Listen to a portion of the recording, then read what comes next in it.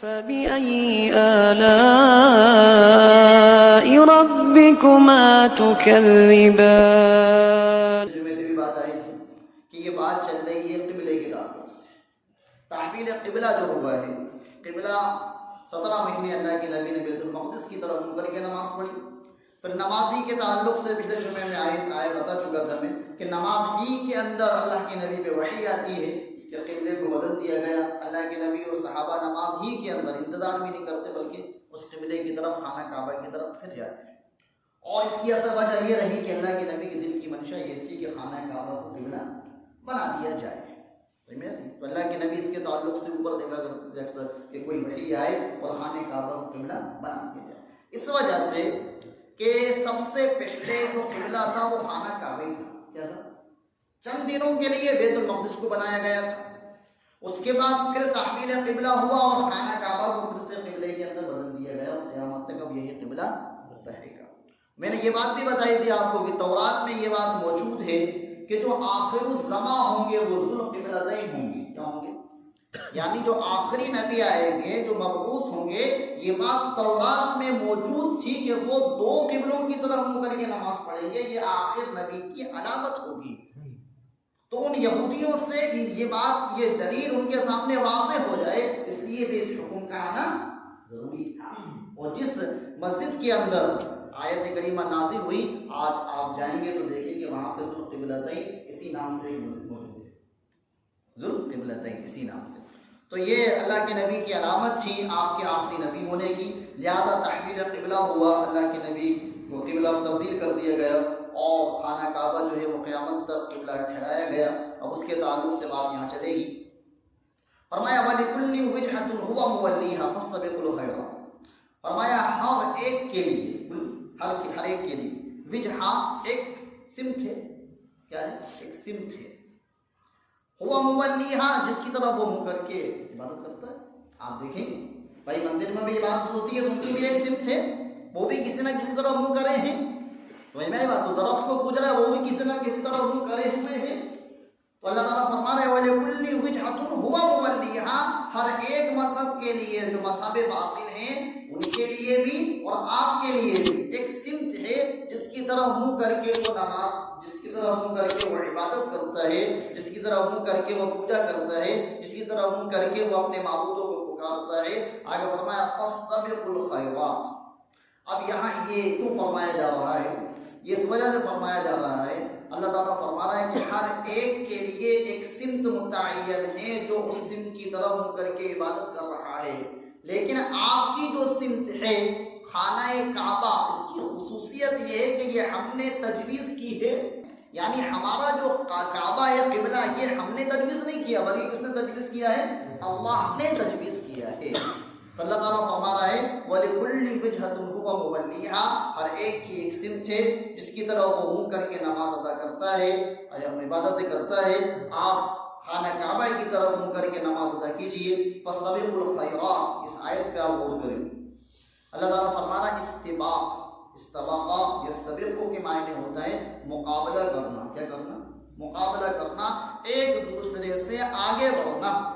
تو فرمایا فَاسْتَبِقُوا الْخَيْرَاتِ، یہ باتیں جو ہے نا بحث میں پڑھنے کی نہیں ہے۔ جیسا اب ادھر منہ تھا تو یہودی آگے حرکتیں کر رہے تھے نا، جیسا اب ادھر منہ تھا اب ادھر کر دیا گیا، پھر خانہ کعبہ بدل دیا، پہلے تو بیت المقدس طرف منہ کر کے نماز پڑھ رہے تھے۔ ان اللہ علی کل شیء قدیر، اللہ ہر چیز پر قدرت رکھتا ہے۔ ومن حیث خرجت فول وجهك شطر المسجد الحرام، فرمایا اے اللہ کے نبی آپ جہاں کہیں بھی ہوں اپنا چہرہ مسجد حرام کی طرف کر لیا کریں نماز کے وقت۔ ومن حیث خرجت، آپ جہاں کہیں سے بھی نکلیں، جہاں کہیں بھی جائیں، فول وجهك، اپنا چہرہ شطر المسجد الحرام، مسجد حرام کی طرف کر لیں۔ وانه للحق من ربک، اور یہ آپ کے رب کی طرف سے حق ہے، یعنی یہ جو کعبے کا حکم آیا ہے یہ بالکل عین حق ہے اور یہ حکم ہے۔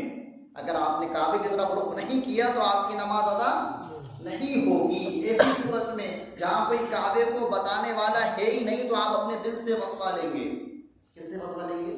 اپنے دل سے فتویٰ لیں گے، اپنے دل میں سوچیں گے کہ کعبہ کہاں ہے، دل جہاں کا فتویٰ دے دے گا اس طرف کر کے نماز ادا کر لیں گے. اور آپ نے دل سے بھی فتویٰ نہیں لیا, سوچا سمجھا نہیں, یوں ہی نماز پڑھ لی, تو آپ کی نماز ادا نہیں ہوگی اسی جگہ پہ جہاں کوئی کعبہ بتانے والا موجود نہیں ہے.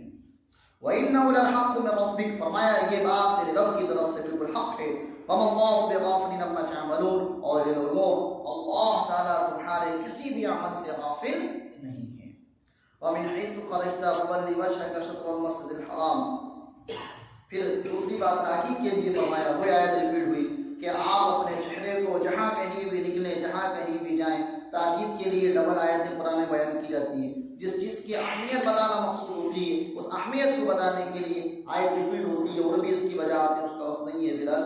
مختصر یہ کہ وَمِنْ حَيْثُ خَرَجْتَ فَوَلِّ وَجْهَكَ شَطْرَ الْمَسْجِدِ الْحَرَامِ, اے اللہ کے نبی آپ جہاں کہیں بھی جائیں نماز کے لیے نماز ادا کریں, اپنا رخ خانہ کعبہ کی طرف کریں. وَحَيْثُ مَا كُنْتُمْ فَوَلُّوا وُجُوهَكُمْ شَطْرَهُ, اور یہی حکم مسلمانوں کو دیا گیا.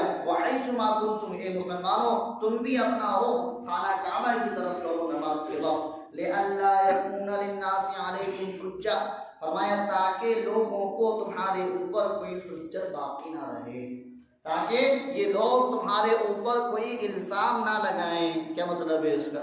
اس کا مطلب یہ ہے, اس آیت کا مطلب یہ ہے, آپ میں نے بھی بتایا تھا آپ کو کہ تورات میں یہ موجود تھا کہ جو آخری نبی ہوں گے وہ ذو قبلتین ہوں گے, دو قبلوں کی طرف منہ کر کے نماز پڑھیں گے. اللہ فرما رہا ہے یہ ہم نے قبلہ اس لیے بدل دیا کہ ایسا نہ ہو کہ یہودی یہ کہیں کہ تورات میں تو یہ موجود ہے اور یہ تو بیت المقدس کی طرف نماز پڑھے جا. نہیں بتا, تو اللہ فرما رہا ہے لِأَلَّا يَكُونَ لِلنَّاسِ عَلَيْكُمْ حُجَّةٌ, ہم نے قبلہ بدل دیا. آخری آپ کی جو علامات تھی وہ ہم نے ظاہر کر دی تاکہ یہ لوگ آپ کے اوپر الزام نہ لگانے لگے کہ ہماری کتاب میں تو یہ تو ابھی ایسا کر رہے ہیں, ان کا تو قبلہ ابھی تک تبدیل ہوا ہی نہیں.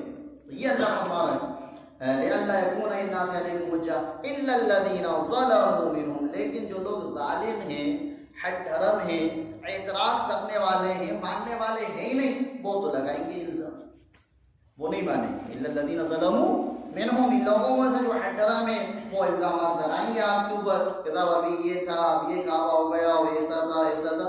کافروں نے بھی اعتراض کیا, مشرکوں نے بھی اعتراض کیا. حالانکہ میں نے بتایا تھا آپ کو, یہ بات میں نے آپ کو اس سے پہلے بہت اچھے سے واضح کر دی تھی کہ یہودی بہت اچھے سے جانتے تھے کہ یہ آخر الزماں ہے, نبی آخر الزماں ہے, اور وہ ساری علامتیں جو ان کی کتابوں میں موجود تھی وہ ساری علامتوں سے جانتے تھے کہ یہ نبی ہے.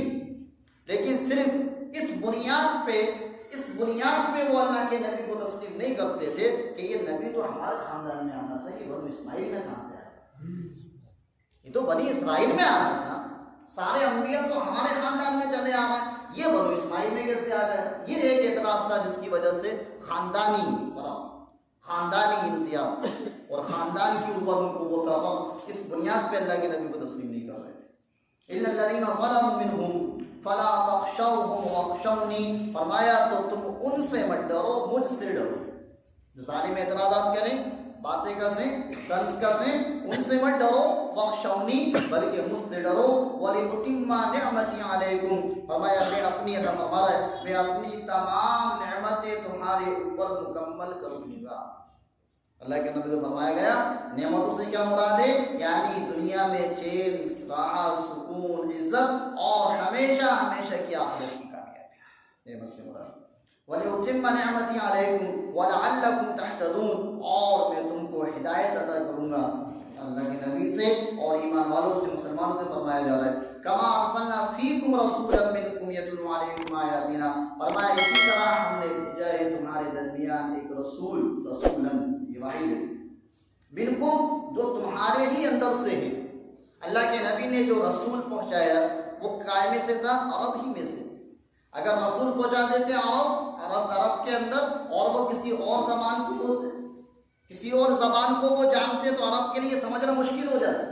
لیکن اللہ کی حکمت کے رسول پہنچایا, انہی میں سے پہنچایا. اللہ یہ احسان بتا رہا ہے تمہی کے اندر سے ایک رسول پہنچا. اب یہ رسول کے کیا کام ہے وہ بتا رہا ہے اللہ تعالیٰ. یتلو علیکم آیاتنا, یہ رسول کیا کرتے ہیں, محمد مصطفیٰ صلی اللہ علیہ وسلم تمہارے سامنے ہماری آیات پڑھتے ہیں, ہماری آیات پڑھ کر تمہیں سناتے ہیں. دھیان سے سننا, اس سے بڑی حکمت, بڑی باریک باتیں ہیں اس کے اندر. ایک کام ہو گیا وَيُزَكِّيكُمْ, اور یہ رسولوں کا کیا کام ہے, دوسرا کام یہ کہ تمہارے دل کو کفر اور شرک سے پاک کرتے. کفر اور شرک کی گندگی کو نکالتے ہیں اور ایمان کا نور پیدا کرتے ہیں رسول وَيُزَكِّيكُمْ وَيُعَلِّمُكُمُ الْكِتَابَ. میں پڑھتے میں نے یہ غور کیا، علیکم آیاتنا میں یہ بات آ گئی تھی، علیکم آیاتنا میں یہ بات آ گئی تھی کہ ہماری آیات پڑھ کے تمہیں سناتے ہیں، لیکن آگے اللہ نے کیا وَيُعَلِّمُكُمُ الْكِتَابَ، اور اس کتاب کا علم تمہیں سکھلاتے بھی ہیں. اس آیت سے یہ ایک بڑی بات پتہ چلتی ہے، علماء مفسرین نے لکھا ہے کہ خالی قرآن کا ترجمہ پڑھ لینا، اب قرآن ترجمہ پڑھ لیا ہم قرآن سمجھ گئے، یہ جہالت ہے. ٹھیک ہے، خالی قرآن کا ترجمہ پڑھ لیا سمجھ گئے. آپ سوچے تو صحیح، عرب صحابہ عربی نہیں جانتے بھائی، کسی بہترین عربی جانتے تھے. حسان ابن ثابت عرب کے شاعر، نعمان ابن بشیر اللہ کے نبی کی ثنا میں شعر پڑھا کرتے تھے. تو ان جیسی عربی ہمیں آتی ہے کیا؟ وہ چاہتے تو وہ بھی قرآن کو خود ہی سمجھ لیتے، ہمیں عربی آتی ہے، لیکن وہ اللہ کے نبی کے قدموں میں پڑے رہتے تھے قرآن سمجھنے کے لیے. وہ صحابہ جو عربی داں تھے وہ قرآن سمجھنے کے لیے اللہ کے نبی کی خدمت میں حاضر ہو سے اللہ کے نبی اس آیت کا مفہوم کیا ہے، اور ہم سوچتے ہیں بس عربی کا ترجمہ پڑھ لیا ہمیں آگے قرآن سمجھ لیا. سب ترجمے میں یہ لکھا ہے. ترجمہ الگ چیز ہے، اگر واقعی ترجمے سے پورا قرآن سمجھ میں آ جائے تو صحابہ ترجمہ کر لیتے سمجھ لیتے، لیکن ایک ایک آیت صحابہ اللہ کے نبی سے سیکھتے تھے، اللہ کے نبی تفسیر کرتے تھے. اس اہمیت کو بتانے کے لیے فرمایا گیا وَيُعَلِّمُكُمُ الْكِتَابَ، کہ یہ کتاب پڑھ کے سناتے بھی ہیں. وَيُعَلِّمُكُمُ الْكِتَابَ، اور پڑھ کے سنانے کے بعد اس کو سمجھاتے بھی. بھائی عرب کے سامنے قرآن کی آیت کوئی پڑھی جائے اور عرب نہیں سمجھے تو اس کا کیا مطلب ہے؟ یہ تو ممکن ہی نہیں ہے نا، تو سمجھ جائے گا نا سارے کا مطلب.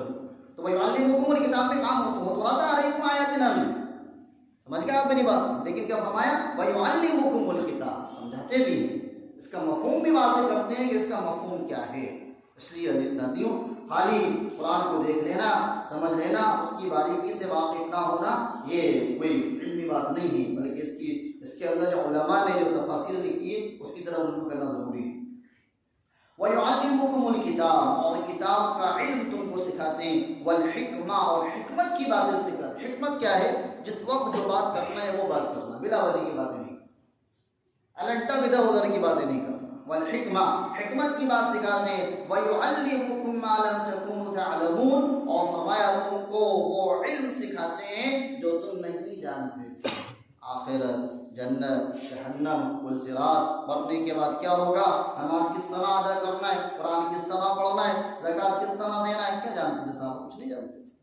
فرمایا وَيُعَلِّمُكُم مَّا لَمْ تَكُونُوا تَعْلَمُونَ، وہ چیزیں تم کو سکھاتے ہیں جو تم نہیں جانتے تھے. یہ رسولوں کا کام. ایک مرتبہ سورہ سپاری کی آیت ہے، فرمایا لَقَدْ مَنَّ اللَّهُ عَلَى الْمُؤْمِنِينَ إِذْ بَعَثَ فِيهِمْ رَسُولًا مِّنْ أَنفُسِهِمْ، فرمایا یہ اللہ نے ایمان والوں پہ احسان کیا، یہ اللہ نے انسانیت پہ احسان کیا کہ انہی میں سے ایک رسول بھیجا جس نے ان کو اللہ کی طرف بلایا. یہ اللہ کا بڑا احسان، احسان فرمایا.